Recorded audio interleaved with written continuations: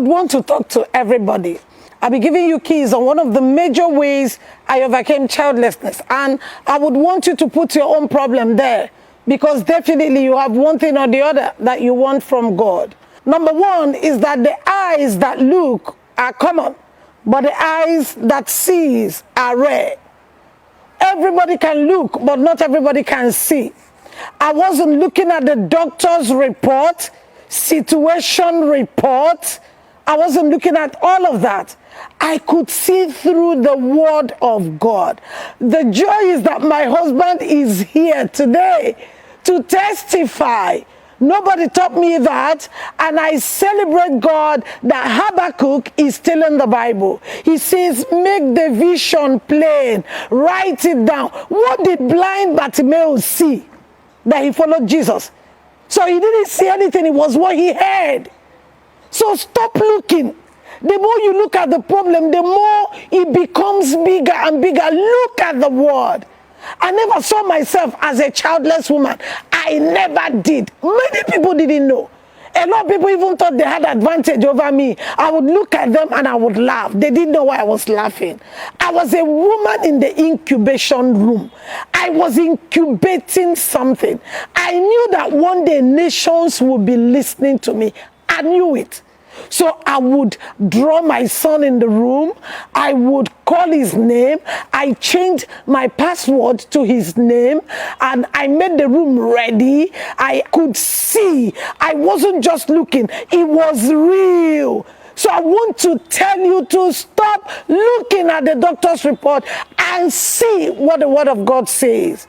Remember that in 1 Corinthians chapter number 10, verse 13, it says, no test or temptation, I'm reading from the Message Bible, that comes your way is beyond the cause of what others have had to face. All you need to remember is that God will never let you down. He will never let you be pushed past your limit. He's always there to help you come through. You know you're a very strong woman. That's why you're a very strong man. That's why you're passing through that temptation. That's why you're passing through that trial. Because God knows you can go through it.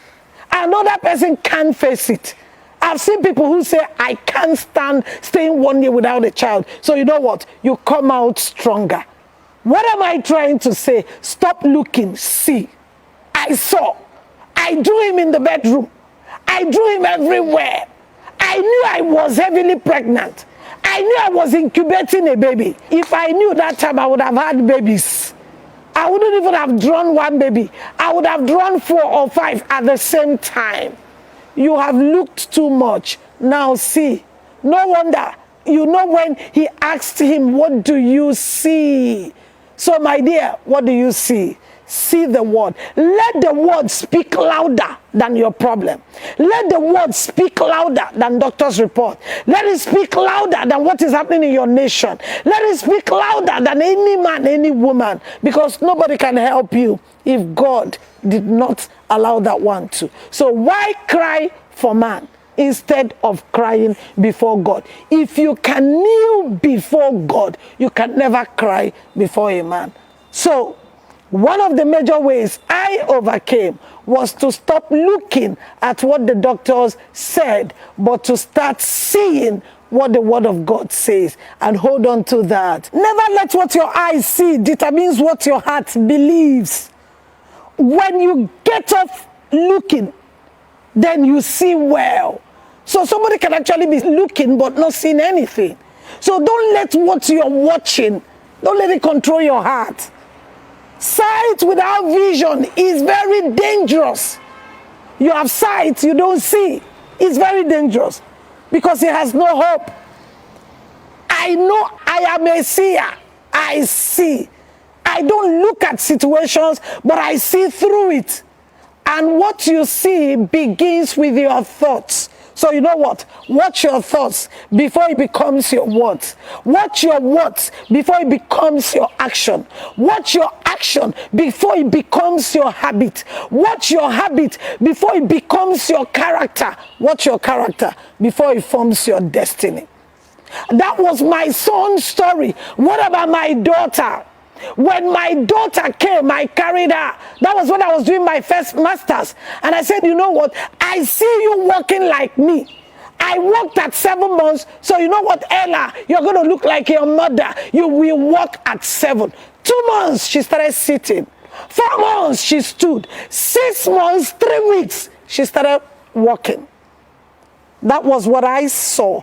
Little wonder she brought her shoe one day and told me that it was so bad. I should anoint it so that it will be good and she will wear to school. I took the shoe, anointed it, gave it back to her. She said, I can now wear, even though it was still bad. Be careful what you look at and rather begin to see. Because what you see will actually affect your destiny. Because it goes from seeing to words, to action, to character, to habit, and it affects your destiny. God bless you.